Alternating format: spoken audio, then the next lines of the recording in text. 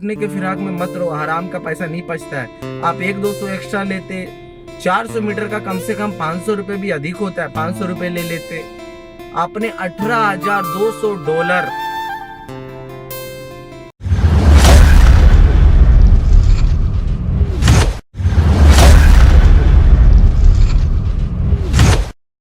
Guys, आप लोगों को प्यार भरा जय श्री राम और नए ब्लॉग पे स्वागत है।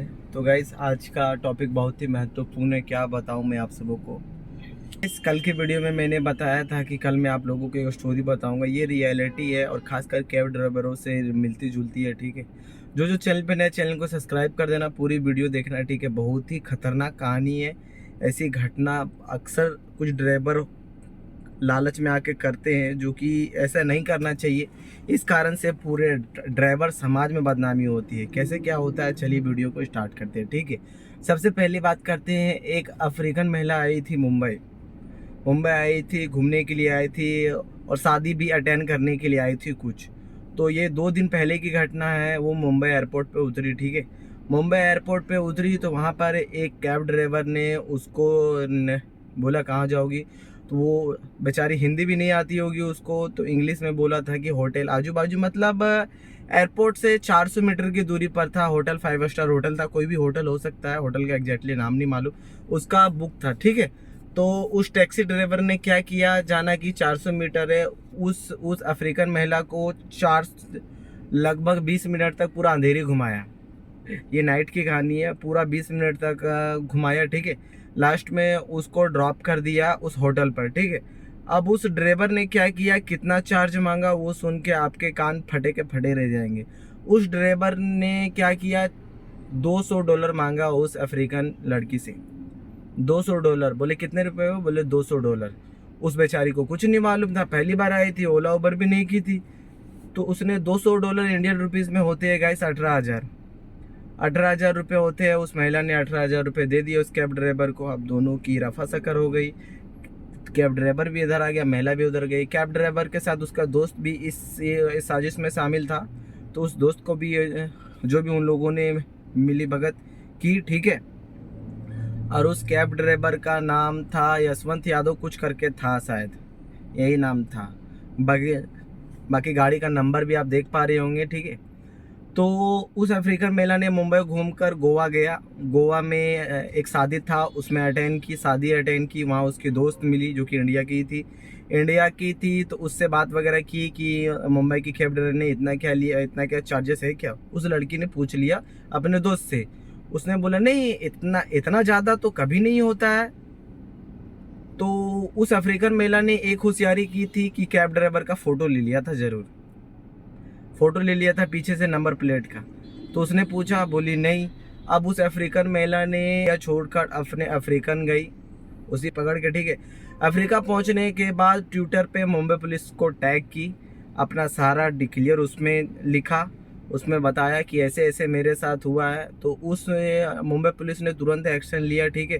सब कुछ उसके डिटेल में मांगा, उस कैब वाले को फ़ोटो मांगा। कैब वाले को 5 घंटे के अंदर उसको कहीं से भी ढूंढ के निकाला गया, उसका लोकेशन ट्रेस किया गया, उसका निकाला गया। उस कैब वाले को निकालते ही उसका तुरंत अरेस्ट कर लिया गया। क्योंकि अब आप ही सोचो कि 400 मीटर का 18,000 रुपये कौन लेता है।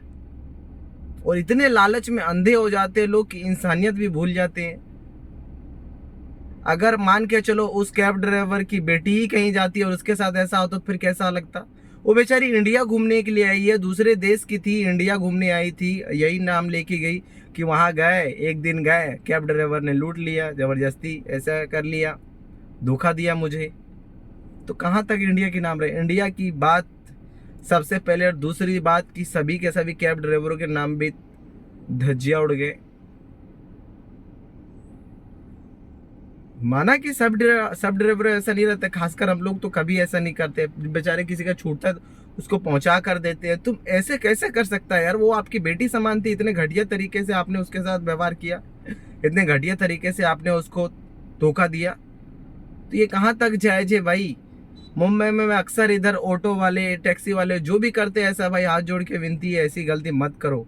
किसी को लूटने के फिराक में मत रहो, हराम का पैसा नहीं बचता है। आप 100-200 एक्स्ट्रा लेते, 400 मीटर का कम से कम 500 रुपये भी अधिक होता है, 500 रुपये ले लेते। आपने $18,200